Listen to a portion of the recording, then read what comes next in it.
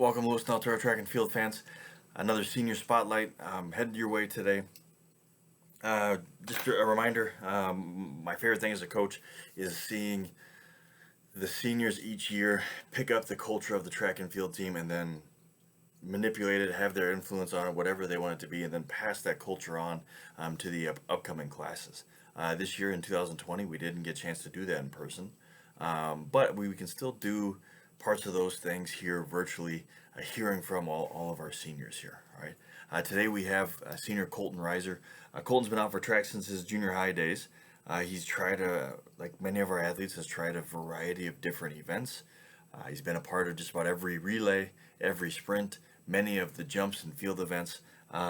Really kind of came into his own this past year, being a relay man for the Cardinals, a long jumper, and then really owning a role in the 300 hurdles as well.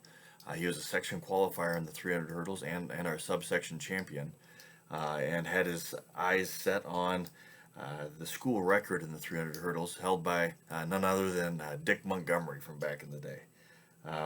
Colton's definitely a leader. If you've listened to some of the other videos, he really connects well with some of the younger athletes and some of the athletes that are new. He's always a friendly face for them, and he's always kind of looking out for those that are brand new to the sport, and those that might need the most guidance in general.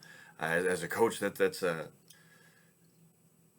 quality that I greatly appreciate, having someone as influential as Kolton as a senior, looking out for some of those younger kids and some of those kids that are brand new, and it says a lot about his character and personality. All right, without further ado, senior Kolton Reiser. Hey, welcome, Lewis and Altura Track and Field fans. Continuing our senior spotlights today with senior Kolton Reiser. Kolton, thanks for joining us. Yep, no problem. Colton's been a member of the track team for a long time, and he's going to share some of his insights here. Kolton, what have you been up to in your 6 weeks of quarantine so far?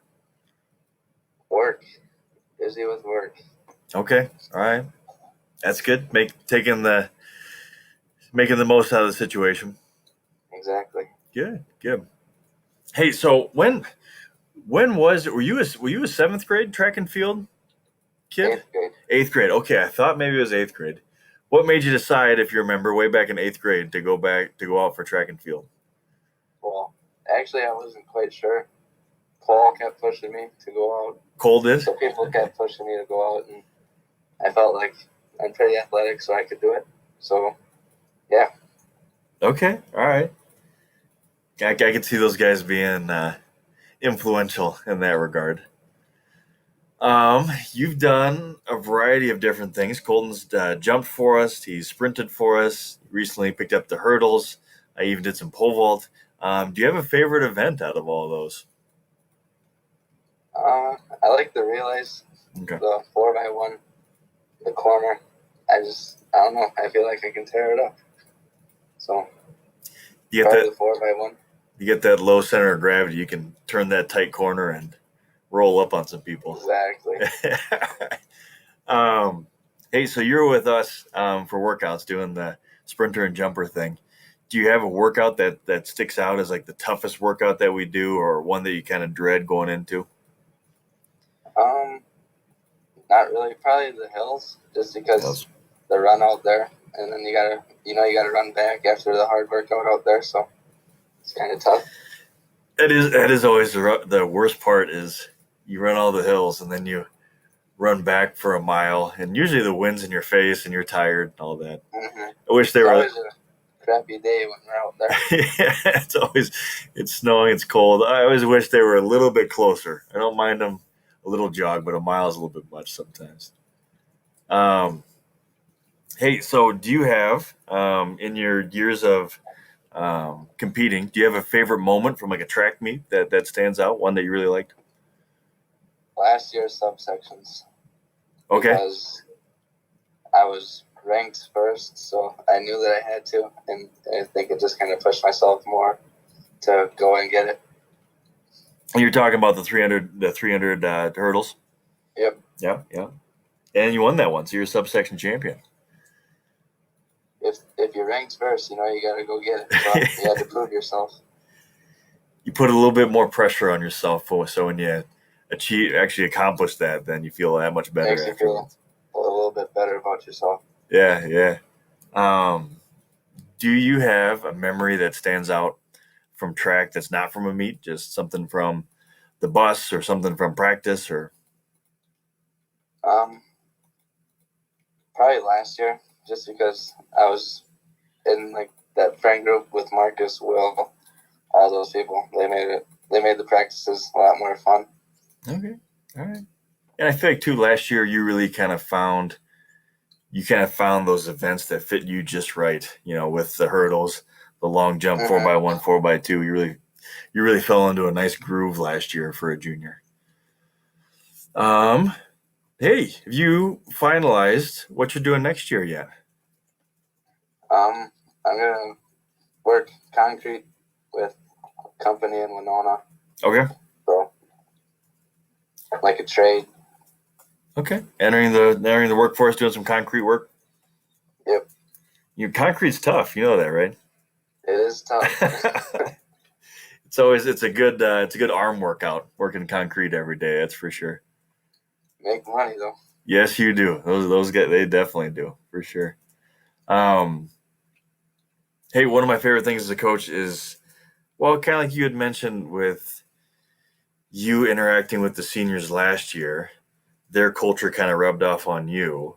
That's one thing we don't get to do this year is you don't get a chance to work with some of those younger guys, which I think is one of your strengths, is that you do such a nice job with whether it's junior high or just people that are new out for track. Yeah. You have any advice for those people that are new and trying to figure out what track and field's all about? Just don't set a goal, but know that you can do better than just that goal. You can achieve way more than what you think you can if you put your mind to it. Agreed, and that's good advice. Hey, so we're having this conversation on I think it's April 28th. We've already found out that the season's been canceled. I think we saw it coming, but still doesn't make it any more fun. What is something that you're going to miss about track and field next year, or just about sports in general, even? Oh, track is just a sport that you can talk to just about anybody, about anything. It's a very good social sport that it's you're going out and competing, but you're also there. You can talk to people whenever you want, and you can get advice from anybody. It is, and it's there's a lot more socializing than there is in other sports, and it goes from very serious for a few moments, and then okay, I can relax and I can have conversations and get to know some people. For sure. Not you can smack talk like you can in football. Yeah, they're not confined to other sidelines. Yeah, definitely. Nice. Hey, anything else you'd like to share about your track and field experience? Advice for people? No, but if you're considering about doing it, do it, because like I said, you can meet new friends and at any event, and it's just fun. Go out and do whatever you want to do. It's not like a coach is going to put you in a specific thing. You can pick what you want to do. Yeah. It's not a sport where it's you're specifically doing one thing. You can do a variety of different events. Definitely. Well, hey, thanks, Kolton.